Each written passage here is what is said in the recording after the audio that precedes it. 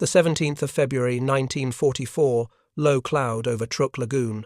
The North Pass a grey slit, Saito pressed to the fire control periscope, while the rate of attacks rises like a metronome. A new howl cuts in from a second quadrant, and the fortress logic sags as tracks multiply beyond any single solution. The clicks begin evenly, each tooth of the range drum touching the next with neat little ticks, bearings stepping in half-degree increments, the reticle steady as a draftsman's hand, and he holds his breath for 2 counts on every correction, because that is how a clean solution is born. The calm fractures. A dive brake howl rides the ceiling, canvas tear loud, while torpedo wakes slap hulls with flat-handed smacks that travel through steel, through water into concrete, until the bunker hums in a low animal note. He did not call, and cannot cancel. 1 bright speck becomes 2, then too many. The math that once felt like prayer turns into debt, overdue compounding with every second. The carrier decks feed more angles into his glass. He swore never to fire blind, never to spend ammunition on faith when a verified solution could be earned with discipline, and the oath has weight in his teeth as the first tracers stitch empty cloud. Cordite crawls bitter at the back of his throat. A second howl arrives from the wrong direction, layered and directionless, a bad harmony that breaks cadence and rattles headsets. His hands, meant to be still, begin correcting between corrections, a stutter that betrays the nerves he refuses to voice. Hayashi starts to overtalk the net. Takeda's breathing climbs into the microphone. Control is posture before it is power, he reminds himself, and posture is the last thing he owns. A calm American voice cuts across the static like a ruler on paper. Keep the deck turning, no gaps. Another section pushes in through weather, as if the sky were a factory line. The elegant geometry that once fenced this lagoon cannot settle before fresh tracks bloom. Bearings are correct, then obsolete, then corrected again, each revision late by exactly the time it takes another formation to appear. The lesson writes itself in the air he is trying to measure when the clock belongs to volume precision spends itself into waste.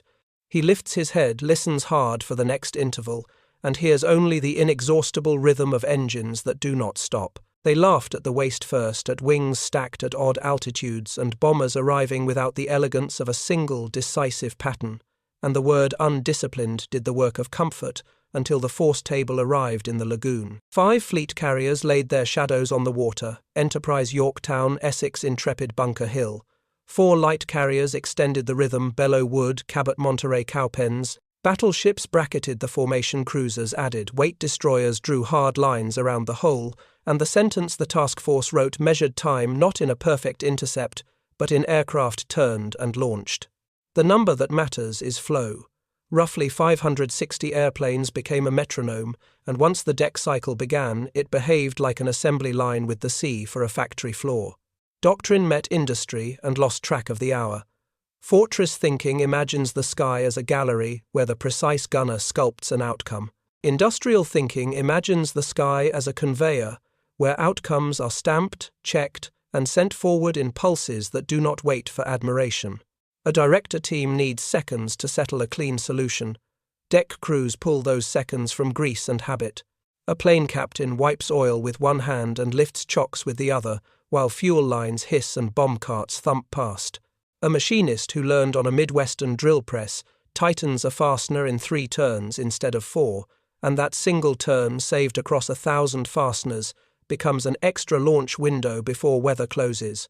1 more pass before dusk. Ridicule falters when the auxiliary piers burn. A destroyer sprints for the pass and learns that fuel minutes evaporate faster than distance grows when the air above refuses to empty. A cruiser throws a smoke screen and watches it annotate its own position for the next dive team, which arrives not because a genius scheduled it, but because the cycle does not stop. Surface hunters appear on cue because availability extends beyond wings. Radios speak in short verbs, and the verbs align with metal that is present in quantity not promised by theory. The ledger tells the divorce more cleanly than rhetoric. In the Fortress book, a lost airplane is a singular tragedy with a serial number. In the Carrier book, a lost airplane is a requisition with a due date, and the foreman has a night shift and bearings already in crates. Precision dies when it runs out of time.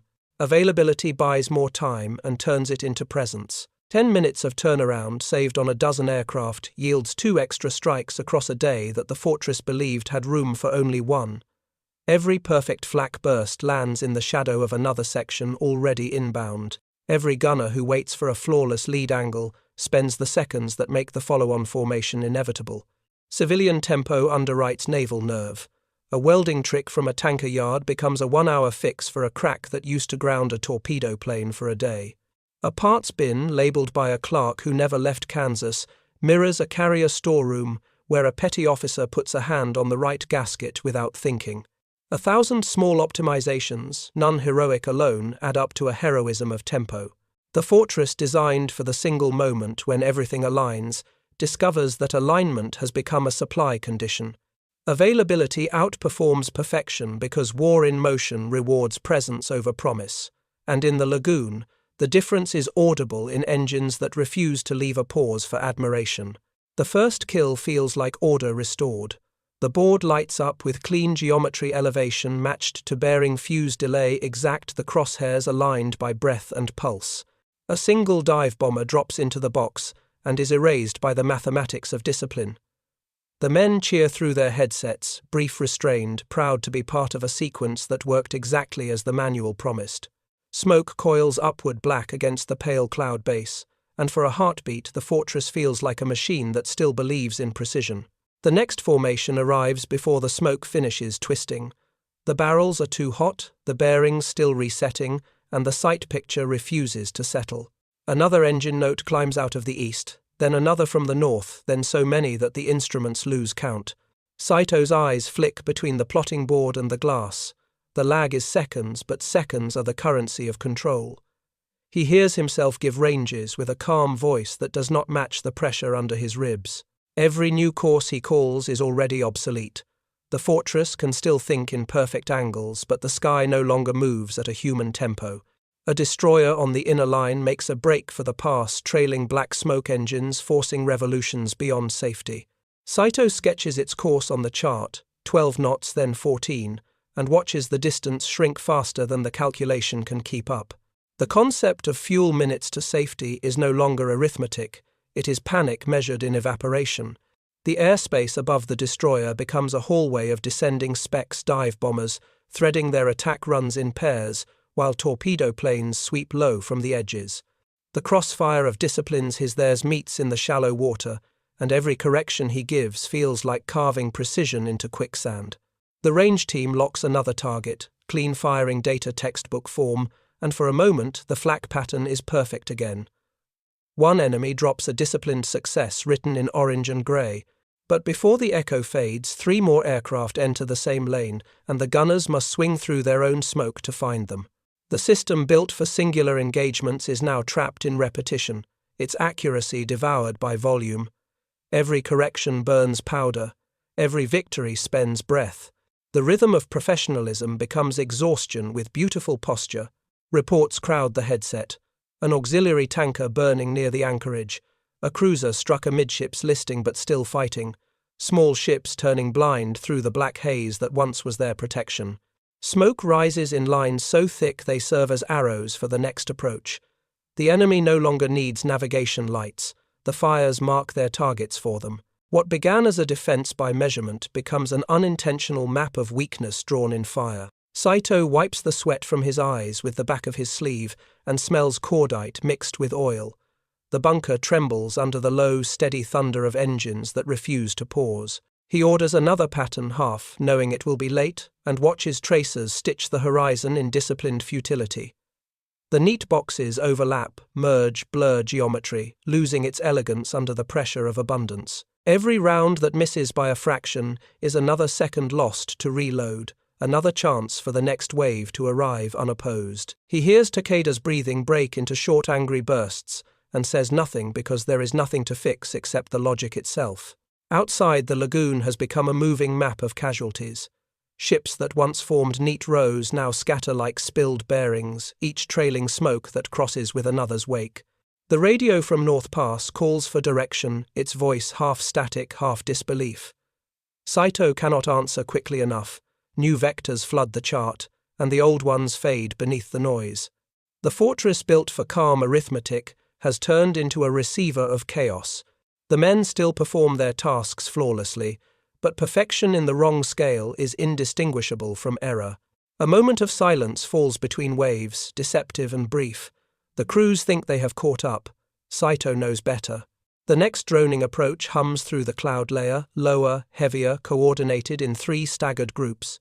He knows the pattern before it forms, knows the timing that his own reports have helped refine for the enemy. The first torpedoes run shallow. The second tier of dive bombers arrive from higher altitude to blind the gunners, and by the time the third group descends, the lagoon is a solid mirror of explosions. His headset fills with overtalk calls, bearings half-finished prayers. The voices sound disciplined even as they dissolve. He glances toward the range drum. The marks are still sharp, the mechanism faithful, the math perfect. The fault is scale. Doctrine had prepared them to meet 10 attacks in sequence, not 100 in chorus. Discipline, their proudest armor, now consumes itself, using every minute to maintain form against a sky that multiplies faster than they can respond. The perfect burst that once symbolized control now measures waste. Saito lowers his eyes to the plotting paper and sees the lines cross into a dense scribble, no longer a defense plan, but a confession of saturation. The pass is clogged with burning hulls, black smoke painting signals the attackers no longer need to transmit. Each pillar of flame becomes a landmark for the next squadron. Precision turns into guidance for the enemy, order into exposure. Saito touches the side of the plotting board, feels the vibration of impacts, climbing through the bunker walls, and realizes the truth the manuals never mentioned. When the sky stays full, discipline is not protection, it is delay. The men keep firing because it is the only language left, each shell a perfect sentence written in a book the world has stopped reading. The sky tears itself open. Dive breaks shriek in layers, one pitch climbing over another until the sound becomes metal pushed past its tolerance. The air vibrates. The ground beneath the bunker quivers with a rhythm too fast for the heart to follow. The plotting board jumps under Saito's hands as bearings slide off the map faster than he can redraw them. The voice in his headset pleads for a solution, but every target overlaps another, and every correction breeds new error. The doctrine that promised order has turned to noise. He breathes once shallow and gives an order he swore he would never give. Fire without solution. The words fall like stones. Gunners obey because silence would be worse. Tracers arc into the open sky, a glittering web meant for nobody. The air fills with desperate precision applied to the wrong problem. For the first time since his training began, Saito fires blind. He watches the barrels recoil and knows they are spelling out an admission in red-orange bursts that dissolve before they reach the clouds. Smoke gathers around the mounts, hot and heavy. The bunker fills with the smell of electric insulation and the bitter tang of powder too fast burned. The doctrine cracks audibly, like a gear grinding teeth against itself. Through the fire slits he sees a destroyer running east, its wake white and frantic. Another ship follows nose down, wounded but trying. The pass should have been salvation, the neat geometry of escape, 30 minutes of speed and discipline to clear the lagoon and meet safety on the horizon. Instead, the horizon fills with a new silhouette, grey-wide, confident, battleship shapes. He knows the reports even before the voice on the net confirms them. Iowa and New Jersey, fast-armoured, indifferent, their big guns trained like a closing sentence. The escaping Katori group is still broadcasting bearings when the first salvos find them. The sound arrives not as thunder, but as percussion, solid and final. The fortress ideal dies with the fleet it was meant to guard. He feels the vibrations climb through the concrete into his chest, a deep, rolling tremor that shakes loose the last fragile illusions. Skill no longer connects to consequence. He orders new coordinates out of reflex, though every ship he calls for has already ceased to exist. His voice holds discipline that means nothing. Precision has become a ritual without audience. The men beside him shout bearings that twist between syllables, the angles breaking faster than they can speak. One gunner begins to laugh, a thin sound like metal cooling too quickly. Another stares at his sight and keeps tracking phantom targets as if duty might conjure reality back into range. Outside the lagoon is a map drawn in smoke and ripples. The torpedo planes skim low, their shadows crawling over wrecks that still burn. The fortress responds with geometry that no longer fits the war. Burst patterns intersect empty air. The sky has moved. Every rule he trusted turns to superstition before his eyes. The range equations are exact, but the world has stopped obeying math. The precision he worshipped has turned against him, consuming time it cannot afford. A flash on the horizon marks the moment the cruiser Katori takes a direct hit. The blast reflects on the underside of the clouds, a second sunrise bleeding upward through rain.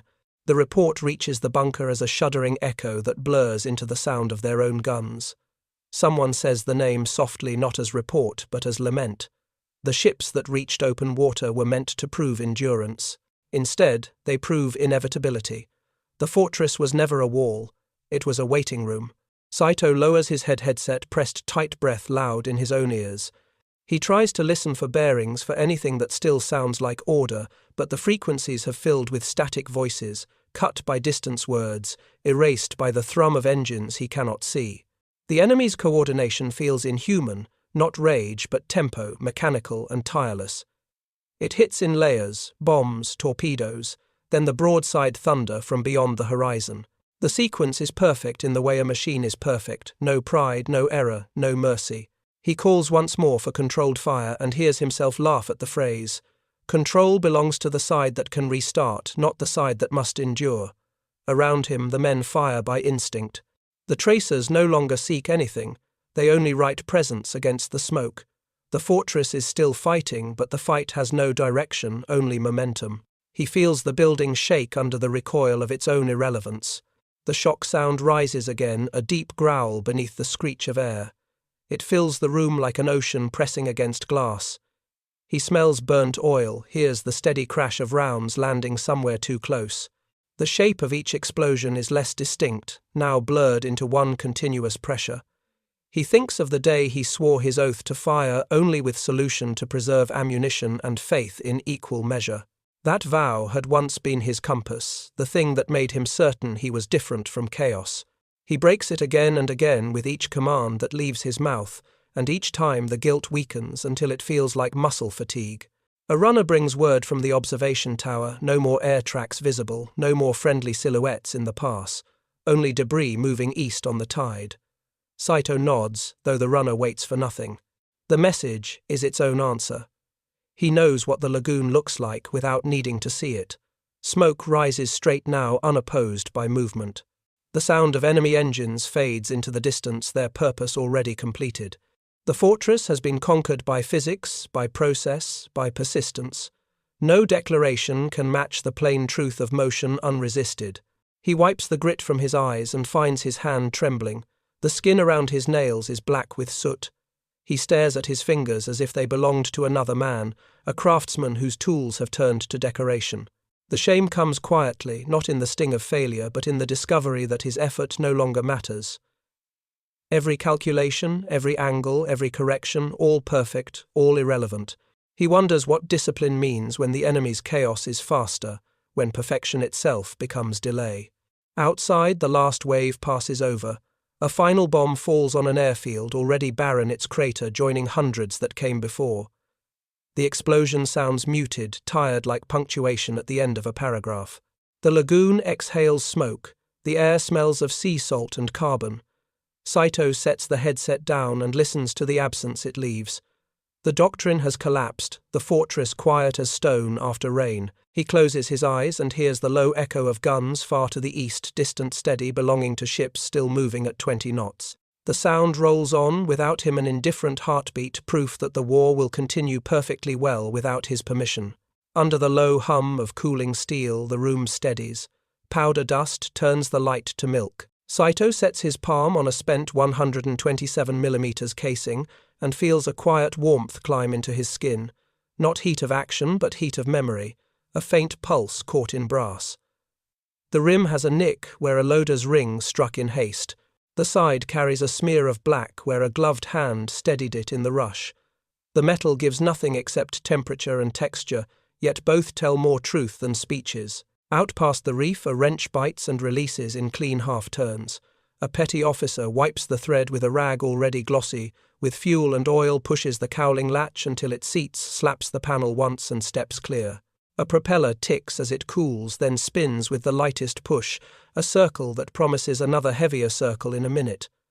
No one on that deck writes phrases about honor or doctrine. They live by verbs that stack, refuel, rearm, relaunch. Time obeys them because they keep asking it to. The bunker smells of cordite hot paint, damp concrete. A corner of the plotting table rocks and then decides to stand. Empty cases lie where boots kicked them, dull brass islands in grey dust. Saito takes the clipboard from a silent runner. The page is warm from the duplicator.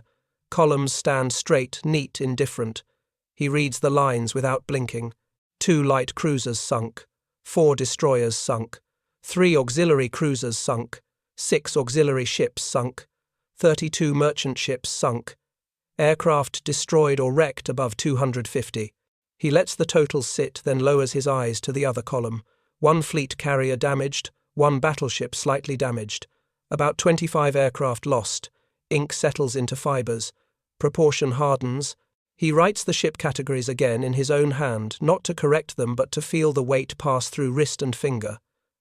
The pencil leaves a faint shine where graphite compacts the paper grain. He adds the aircraft totals. He draws a thin line under the Japanese losses and writes the American line below it smaller. The page shows a clean ledger of asymmetry that 2 days made possible. The lagoon outside is the footnote.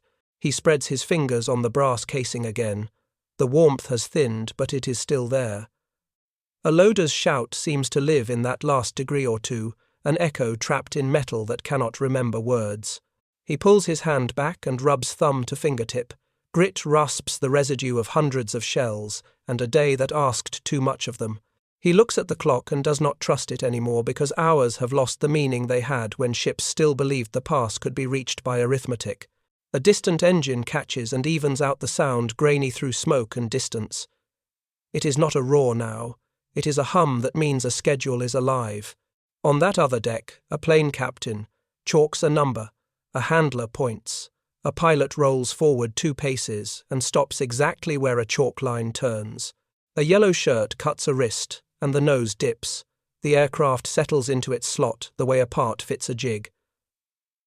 Seconds behave under hands that practice them.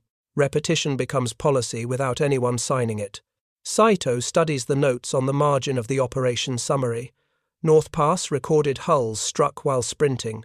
Smoke pillars rose on bearings that later matched multiple attack headings. AA expenditure exceeded plan by 1/3. Ammunition left on hand meets the table but not the need. He closes his eyes and sees a destroyer turning through its own smoke wakes, making chalk lines for incoming torpedoes. He opens his eyes and writes a small ratio at the bottom of the page, ships neutralized against strike hours sustained. The number is spare and cruel and exact. He walks the mounts at a pace that feels like inspection and mercy at once. Breeches sit open, squared and clean, where palms have polished steel.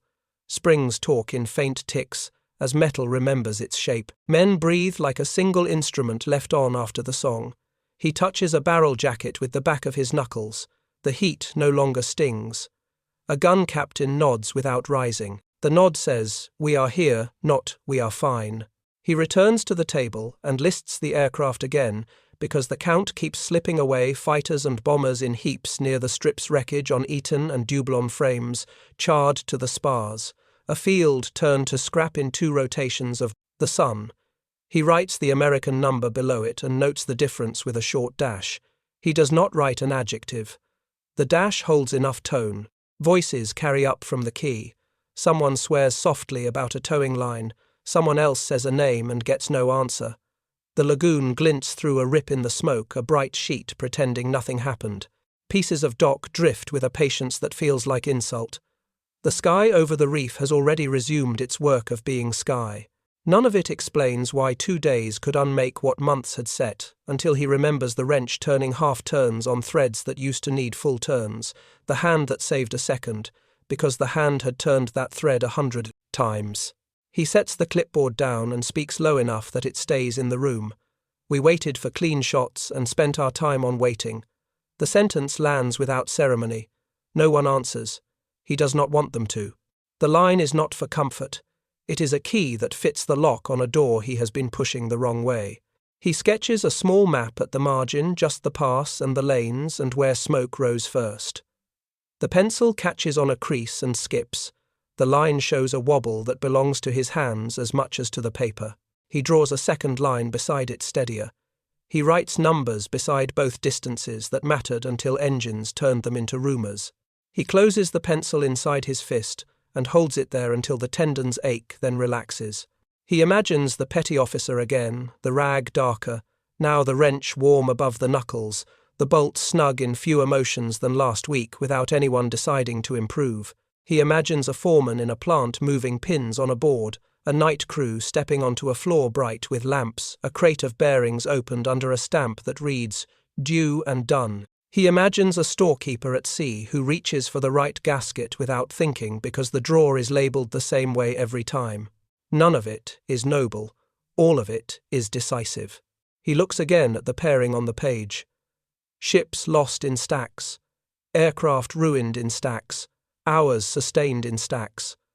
On one side, a fortress that promised to spend nothing it did not aim. On the other, a fleet that spent seconds as if they were currency and got them back with interest. He rubs the last warmth from the casing into his palm and feels nothing return. The honesty is almost kind. Hayashi stirs and starts to speak, then stops because no request forms. Takeda's hands rest open, palms up as if the day took something, and he is waiting for the air to give it back. Saito thinks of telling them the numbers.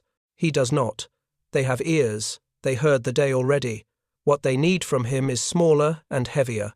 He writes one more line at the bottom of the sheet. 2 days of strikes, base neutralized anchorage, emptied air garrison, erased exit routes, trapped. He underlines none of it. He aligns the edge of the paper to the table and smooths it flat with his palm. The gesture feels like making a bed for a body that will not return to it. Engines rise again beyond the reef, not close, not far, simply there, steady as breathing. The sound is the true verdict. It says the other side can begin whenever it chooses because it built the habit of beginning. It says nothing about valor, everything about presence. He stands lighter by a weight he can finally name and leaves the casing where it leans cool, honest, exact.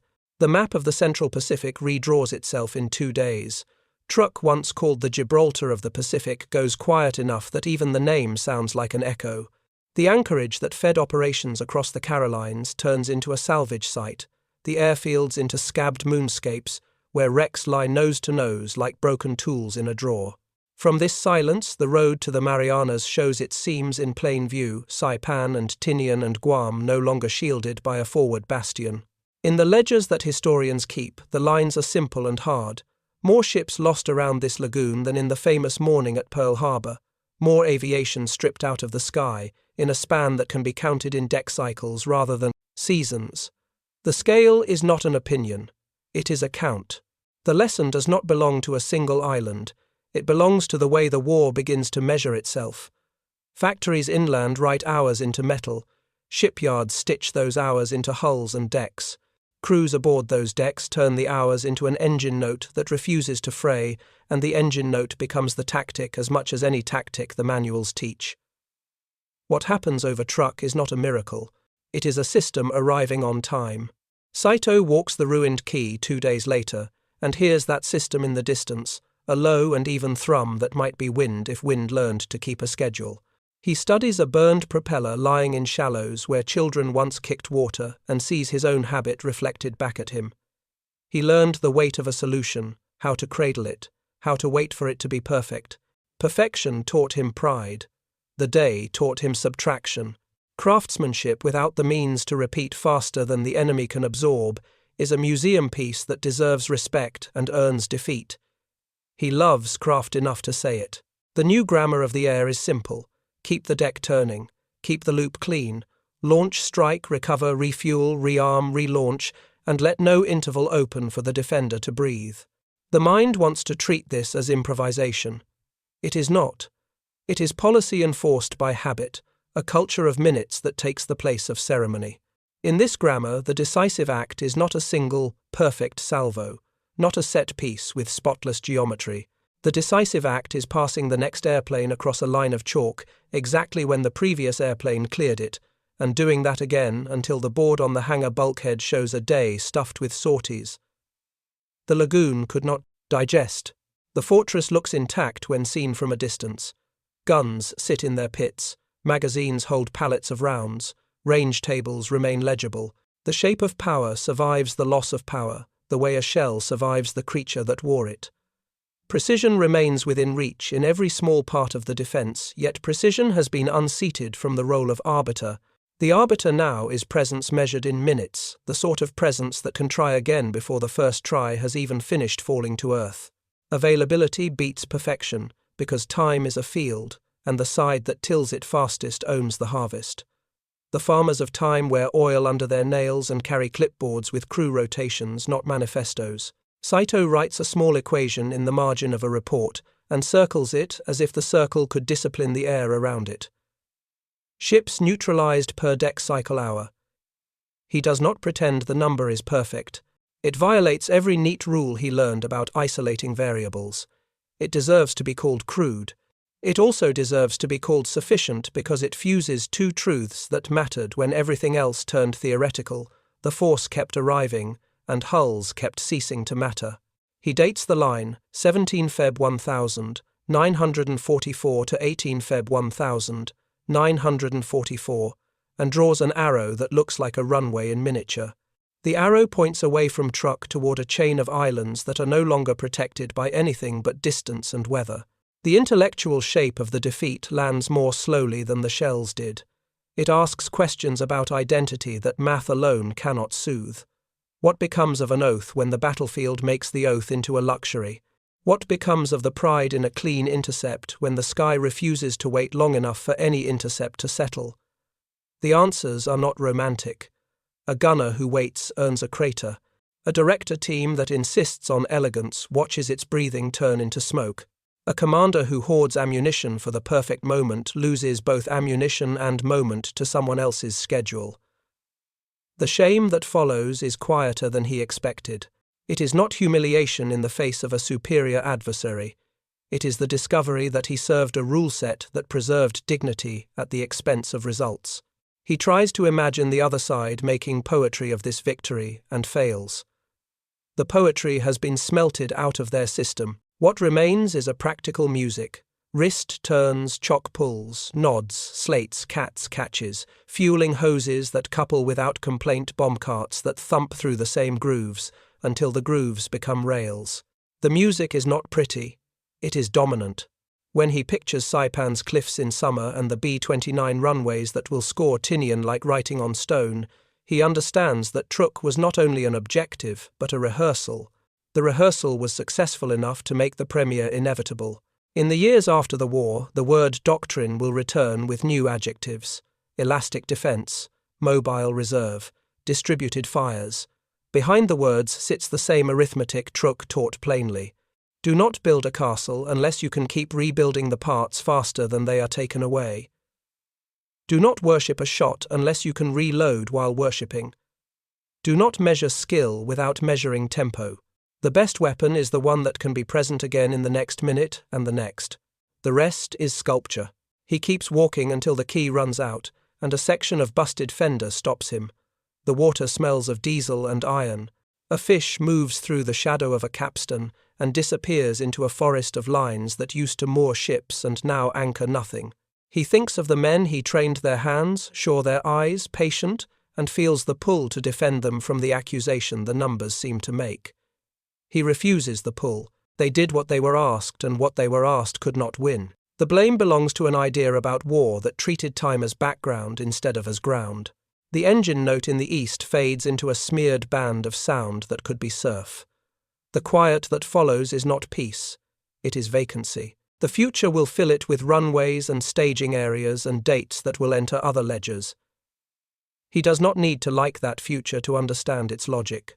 The last thing he writes that day is small and almost private, a line beneath his crude ratio that says simply what the figures have already said for him. Presence wins, waiting wastes. He closes the file and sets his pencil down and looks at his hands until they belong to him again.